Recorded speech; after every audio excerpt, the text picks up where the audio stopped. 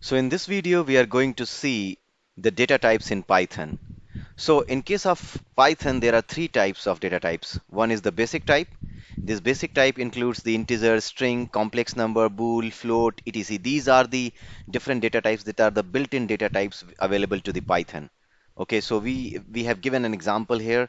Like if you give the hexadecimal number, then in A I have assigned it 0x01, and if you want to give any octal number, then it's 0010.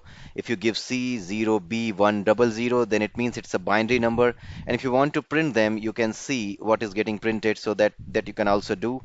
So print C, if you print something like this, then you should be able to see the real value. It should be 4 because it's a binary number represented as 100, and the real value is 4 when you convert it into the decimal. So that is why it is printing as 4.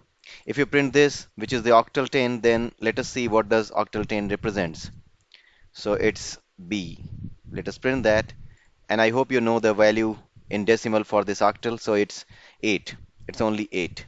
Okay, 10 converted into 8 when it converted into the decimal, and this 0x01, it will be 1. Okay, when you are printing the hexadecimal number, so it should be 1. Okay, so this is how you represent the values which are the integer types using the different, you know, type of number systems, whether it's binary, whether it's octal, whether it's hexadecimal. So this is the way you can do this. And this one is the data type which is known as the complex data type.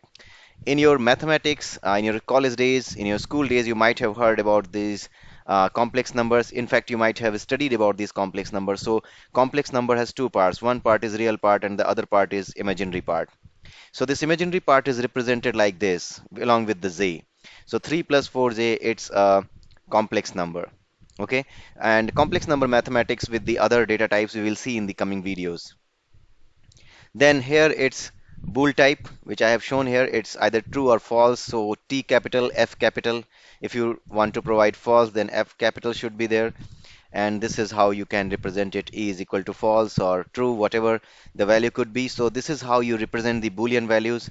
This is how represent the integers. You know how to represent the floats. Let me give the example as well. H is equal to 135.90, something like that. So this is a float number. You are aware about this. If you are aware about the any kind of programming language, then you might be aware about this particular number, which is float integer, which is a float value, not integer. It's a float value.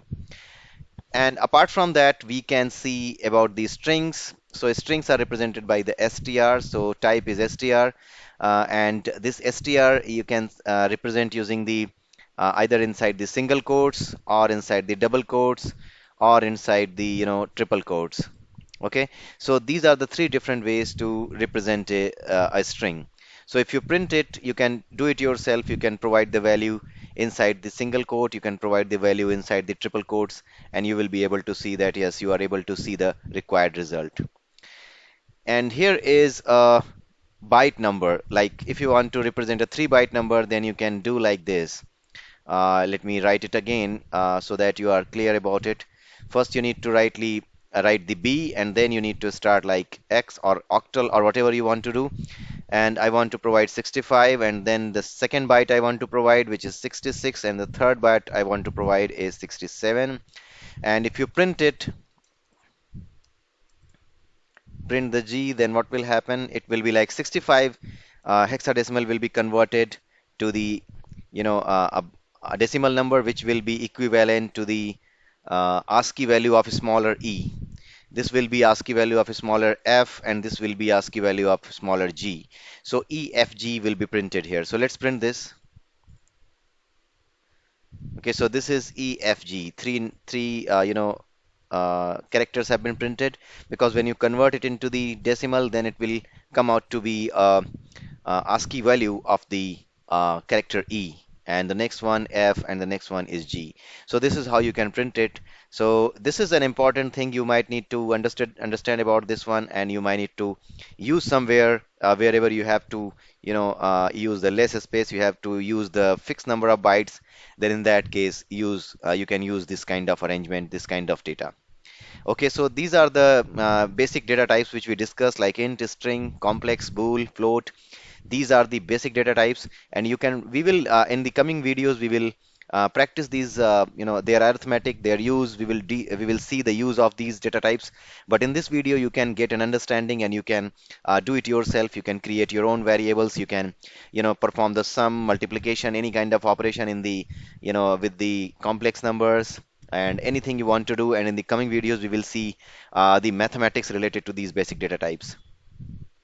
Then the second type of data types are collection types. Collection means, an arrangement or a collection, or you can say a group of some same type of data. So these are of these the different types like list, tuple, dictionary, and set. So we will discuss about them as we move along with the course. And these are known as the collections. And some of them are mutable and some of them are immutable. So what is the meaning of these mutable, immutable? All we will discuss in the coming videos.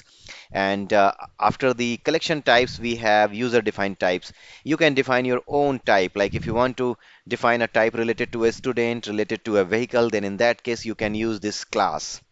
Okay, and using the class, you can create your own data types. So this is how you create your own data types, and you work on these data types. And in the coming videos, we will see all those things in detail. So with this, this video comes to an end. Have a nice day, and bye bye.